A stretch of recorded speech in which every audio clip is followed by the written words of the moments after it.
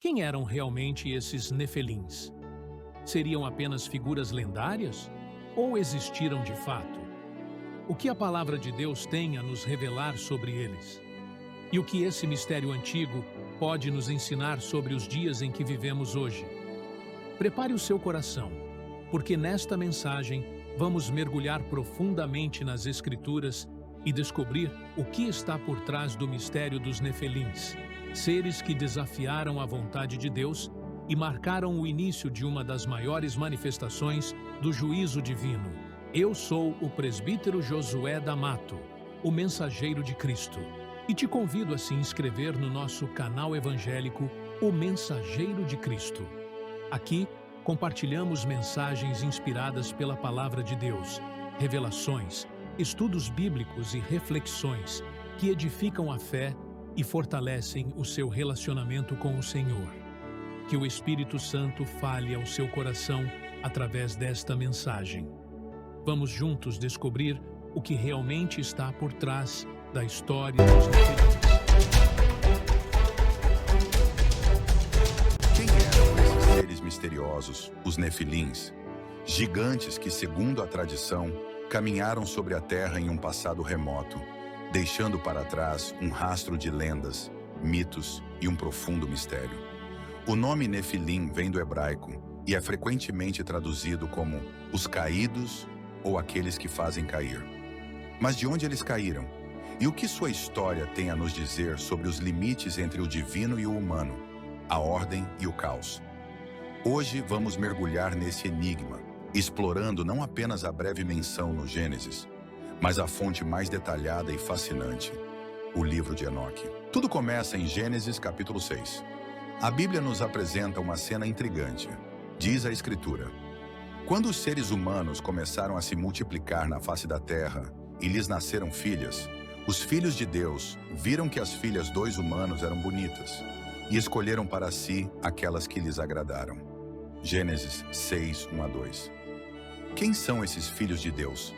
A tradição judaica e muitos pais da igreja primitiva interpretaram isso como seres angélicos, chamados de vigilantes, no livro de Enoque. E o versículo 4 nos apresenta o cerne do mistério. Naqueles dias havia nefilins na terra, e também posteriormente, quando os filhos de Deus possuíram as filhas dos homens, as quais lhes deram filhos. Estes foram os valentes que houve na antiguidade, os homens de fama. Gênesis 6:4. Aqui, a Bíblia os descreve como valentes e homens de fama. Mas é uma descrição breve, quase um suspiro de uma era esquecida. Para entender a história completa, precisamos consultar o livro que desenvolve esse drama, o livro de Enoque. O livro de Enoque é um texto judaico antigo atribuído a Enoque, bisavô de Noé. A Bíblia diz que Enoque andou com Deus e já não foi encontrado, pois Deus o havia tomado. Gênesis 5:24. Esse ser tomado foi interpretado como um sinal de que ele teve acesso a segredos celestiais. O livro que leva seu nome era altamente respeitado pela comunidade de Qumran e é citado na Epístola de Judas, no Novo Testamento. Ele nos dá uma visão panorâmica e dramática da queda dos anjos e do surgimento dos Nefilins.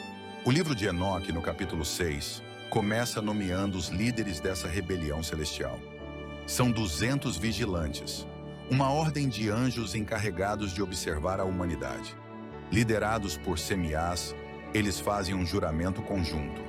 Vamos escolher para nós mesmos esposas da descendência dos homens, e vamos gerar filhos para nós. 1 Enoque 6:2. Esta não é uma queda passiva, mas uma decisão consciente e coletiva de transgredir as leis divinas, de cruzar uma fronteira que não lhes pertencia. É um ato de rebelião que terá consequências catastróficas. A união proibida entre os vigilantes e as mulheres humanas resulta no nascimento dos Nefilins. E o livro de Enoque nos dá detalhes chocantes. Estes não eram apenas gigantes em estatura, mas em maldade e apetite. O capítulo 7 descreve: e elas, as mulheres, conceberam e deram à luz gigantes cuja altura era de 300 côvados. Um côvado equivale a cerca de 45 centímetros, o que daria gigantes de aproximadamente 135 metros. embora muitos estudiosos vejam isso como um simbolismo para sua natureza desmedida. E o texto continua. Eles devoravam o trabalho de todos os filhos dos homens, e os homens já não podiam sustentá-los. Então os gigantes se voltaram contra os próprios homens para devorá-los. 1 Enoque 7, 3-5. Aqui, a terra é retratada como um pesadelo. Os nefilins não eram heróis, eram tiranos canibais que consumiam os recursos do mundo e a própria humanidade. Mas a corrupção não parou na violência física. Os vigilantes, em sua rebeldia, corromperam a humanidade de outra forma fundamental, através do conhecimento proibido. O livro de Enoque lista que os líderes ensinaram. A Azazel ensinaram a fazer espadas, facas, escudos e peitorais, e a fazer colares e ornamentos, e o uso de antimônio e de pedras preciosas. E surgiu muita impiedade, e eles cometeram fornicação, e foram desviados, e se corromperam em todos os seus caminhos. 1 Enoque 8, 1-2. Outros ensinaram feitiçaria, astrologia e o corte de raízes, provavelmente venenos. Este não era um conhecimento benéfico, mas um saber que amplificou a guerra, a vaidade, a feitiçaria e a impiedade. Foi uma contaminação espiritual e tecnológica. A situação se tornou insustentável. A criação de Deus estava sendo destroçada. O livro de Enoque usa uma linguagem poderosa para descrever a reação. E a terra acusou os violentos por tudo o que havia sido feito nela. 1 Enoque 7:6. E a alma dos homens clamou e chegou aos portões do céu. 1 Enoque 8:4. A própria terra, manchada de sangue e injustiça, clama por justiça. As almas dos massacrados gritam por vingança. Esse clamor sobe aos céus e não pode ser ignorado. Deus responde ao clamor. Ele envia o arcanjo Miguel para declarar o veredito. Os vigilantes que abandonaram seu posto no alto céu são condenados a ver seus filhos amados, os nefilins, se destruírem mutuamente e depois são eles mesmos lançados nas trevas, acorrentados em um lugar de tormento até o juízo final. Quanto aos nefilins, o julgamento é ainda mais severo. Como suas naturezas eram híbridas e espiritualmente monstruosas, suas almas não teriam descanso. O livro de Enoque descreve que eles se tornariam espíritos impuros. 1 Enoque 15, 8-12. Malignos, vagando pela terra após a morte de seus corpos gigantescos. E o instrumento final para limpar a terra de toda essa corrupção? O dilúvio universal. As águas não vieram apenas para punir a maldade humana, mas para erradicar a semente daquela rebelião transdimensional. A história dos nefilins é, em sua essência, uma lição sobre limites, ordem e consequências.